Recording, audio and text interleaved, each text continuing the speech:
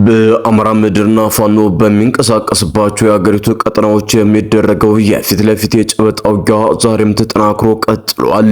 አፋብን ወለጋ ቢዛሞ አይሻ ሰይድ ባደረገው ትንቅንቅ የኦሮሚያ ከተሞችን መቆጣጠር መጀመሩን ይፋ አድርጓል። የፋኖ ኃይሎች የማጥቃት አድማሳቸውን እያሰፉ ሲሆን በምስራቅ ወለጋ ዞን ጊዳያና ወረዳ መንደር 4ና መንደር 3 ላይ እንዲሁም በሆሮ ጉዱሩ ወለጋ ዞን አቤደንጎር ወረዳ ቱሉ ጋና ከተማን በመቆጣጠር አንጸባራቂ ድል መቀዳጀታቸውን አብስረዋል።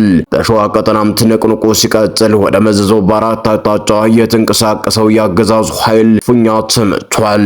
አፋብን ሸዋ ጠቅላይ ግዛት አሳምነው 7 ለ7ና የመሐመድ ቢሆነኝ ክፍለ ጦር አስቻለው ደሴ ክፍለ ጦሮች ወደ መዘዞ በተለያዩ አቅጣጫ የተንቀሳቀሰውን ጦር ድባቅ መትተውታል። በዝርዝር የምናደርሳቸው ቀዳሚው መረጃችን ነው።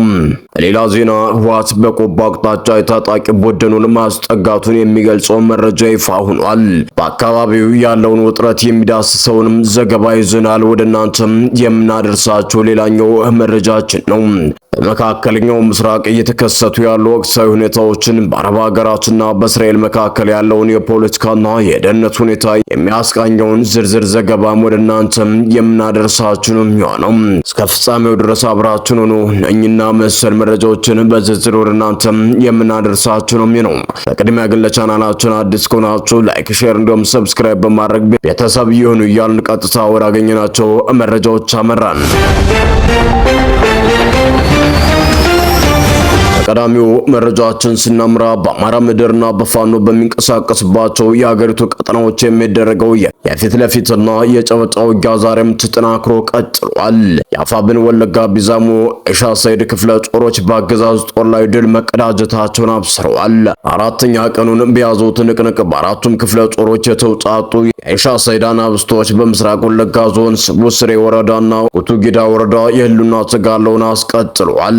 በዚህ ሰዓት የፋኖ ኃይሎች የማጥቃት አድማሳቸውን ያሰፉ ሲሆን በምስራቅ ወለጋ ዞን ጊዳ ወረዳ በመንደር 4ና በመንደር 3 እንዲሁም በሆሮ ጉዱሩ ወለጋ ዞን አቤደንጎር ወረዳ ቱሉንጋ ከተማን በመቆጣጠር አንጸባራቂ ድል መቀዳጀታቸውን ይፋ አድርገዋል።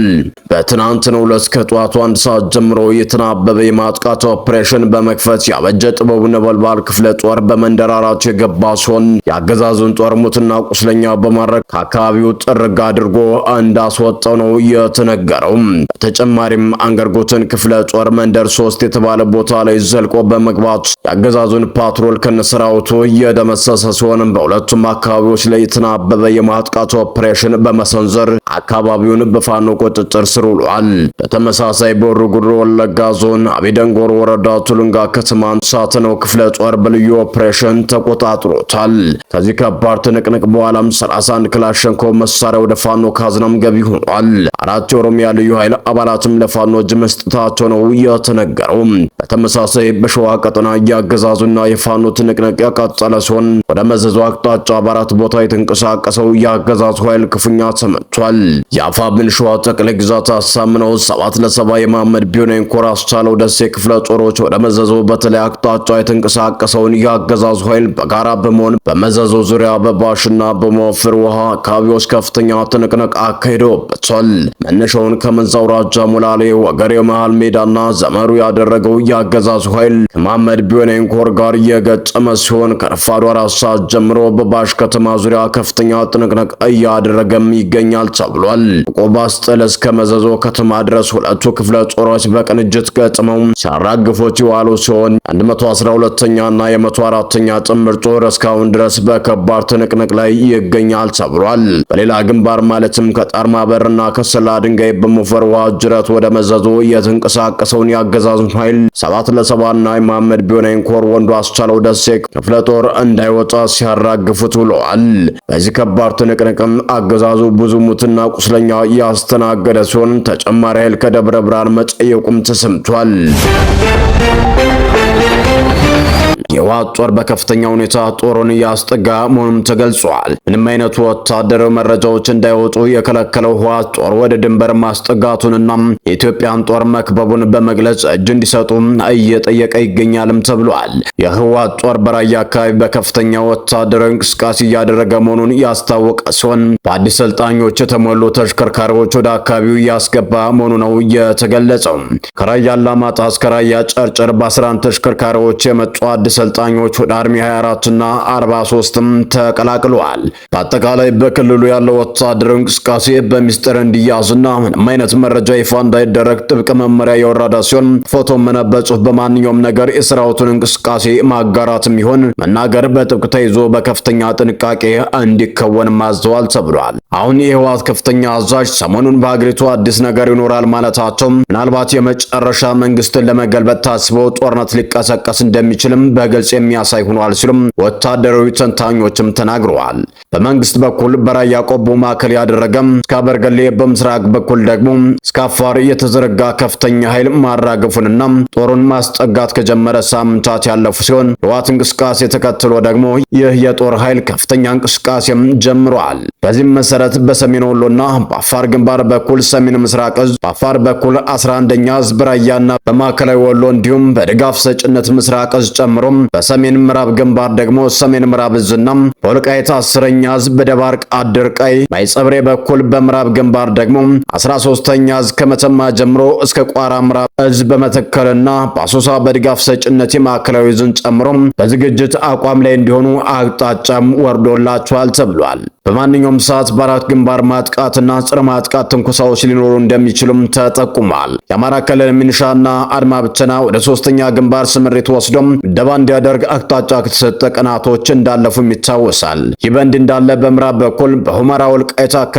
የህወሓት አርሚ 70ና 13 በሱዳን ድንበር በሰሜን ኤርትራ ኃይል እንዲሁም በምስራቅ 17 በጥምረት ከበባ ውስጥ ያስገቡ ሲሆን ይህንንም ተከትሎ ከባድ መሳሪያዎች ወደ ጎንደር አካባቢዎች ለማሸሽም ተገዷል። በአካባቢው የቀረው መከላከያ መከበውን በመግለጽ እጁን ለአርሚው እንዲሰጥም በቃል አቀባዩ አክቲቪስቶቻቸው እየተነገረም ይገኛል። በሱዳኑ ጉምሩክ በኩል የሱዳን ጦርና የህወሓት ኃይሎች ጥምረት የአይርሴፍ ጠንካራ ይዞታና ስትራቴጂካዊ ከተማ የሆነችውን ጉምሩክ ከተማን በማስለቀቅ በአሶሳ ከተማ ዙሪያ የኢትዮጵያን ድንበር ተሻግሮ መግባታቸውን መንግስት ወደ ሰሜን ያስጠጋውን ጦርን ወደዚህ አቅጣጫ በማዞር ሰራዊቱን ለመብተና አስጠንቆ ለማዛባት የተደረገ ወታደራዊ ታክቲክ መሆኑን በተንታኞች ሲገለጽም ቆይቷል። በመጨረሻም ከባህር ማዶ ወዳገኘናቸው መረጃዎች ስናመራም በሰሜናዊ ኢራቅ በሚገኘው የአሜሪካ ጦር ሰፈር በርካታ ፍንዳታዎች ተሰሙ። በኤርቢል አውሮፕላን ማረፊያ አቅራቢያ ፍንዳታዎች ከተሰሙ በኋላ ከባድ ጭስም ታይቷል ተብሏል። የአሜሪካ ጦር በኢራን ለ13ኛ ሌሊት የፈጸመው ድብደባ ማጠናቀቁን ካስታወቀ በኋላ በሰሜን ኢራቅ በሚገኙ የአሜሪካ ጦር ሰፈር ተከታታይ ፍንዳታዎች መሰማታቸው አሶሺየትድ ፕሬስ ዘግቧል። የኢራን ግዛት በሆነው የኩርዶች ዋና ከተማ ኤርቢል አቅራቢያ 7 ፍንዳታዎች መሰማቱን ዘግቧል። በተጨማሪም ከጦር ሰፈሩ አቅራቢያ በሚገኝ አውሮፕላን ማረፊያ አቅራቢያ ውስጥም ጭሶችን መመልከቱን ዘግቧል። የአሜሪካና ኢራን ጦርነት ዳግመኛ ከገረሸ በኋላም ቴህራን በሆርሙዝ መጠለያና በባህረ ሰላጤው ሀገራት ላይ የምትፈጽመውን ጥቃት ቀጥላለች። ኢራን አጋር የሆኑት ሁቲዎች በዚህ ሳምንት በቀይ ባህር ላይ የሚቀዝፉ 2 የሳውዲ መርከቦች ላይ ጥቃት መፈጸም ማቸውን በመግለጽ ቀጠናውን እንደ አማራጭ የሚተላለፍበት የባህር መስመር ላይ አደጋም ደቅነዋል። የኢራን ጤና ሚኒስቴር ዳግመኛ ጦርነቱ ካገረሸ በኋላ 55 ሰዎች መገደላቸውንና 600 በላይ መጎዳታቸውን ይፋ አድርጓል። በመካከለኛው ምስራቅ የተካሄደ የሚገኘው ይህ ጦርነት በኢራን እንዲሁም በመላው ዓለም ምጣኔ ሀብት ላይ ከፍተኛ ጉዳት አድርሷል ተብሏል። አሜሪካ ኢራንን ስትደበድብ ቴህራን በቀጠናው የሚገኙ በርካታ የአሜሪካ ጦር ሰፈሮችን ኢላማ አድርጋለች። ይህ በእንዲህ እንዳለ የተባበሩት መንግስታት ድርጅት 6000 መርከቦችን ከሆርሙዝ ወሽመጥ የሚወጡበትን መንገድ እንዲፈጠር ተማጽነዋል። ከሆርሙዝ ወሽመጥ መውጣት ያልቻሉ ወደ 6000 የሚጠጉ መርከቦች መውጫ መንገድ ሊመቻችላቸው እንደሚገባም የመንግስታቱ ድርጅቱም አሳስበዋል። በመካከለኛው ምስራቅ ጦርነት ተሳታፊ የሆኑት አካላት መርከበኞቹ ከሆርሙዝ ወሽመጥ ተገቢውን ትብብር ማድረግ እንዳለባቸው አስታውቋል።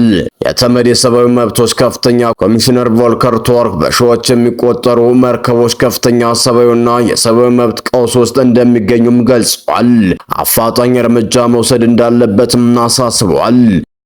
ሰላም ጤና ይስጥልን። የተወደዳችሁና የተከበራችሁ የሚዲያችን ቤተሰቦች ለሰዓቱ የነበሩን መረጃዎች እነዚህን ይመስሉ ነበር። በሌላ መረጃዎች እስከምንገናኝ በያላችሁበት ሰላም ቆዩልን።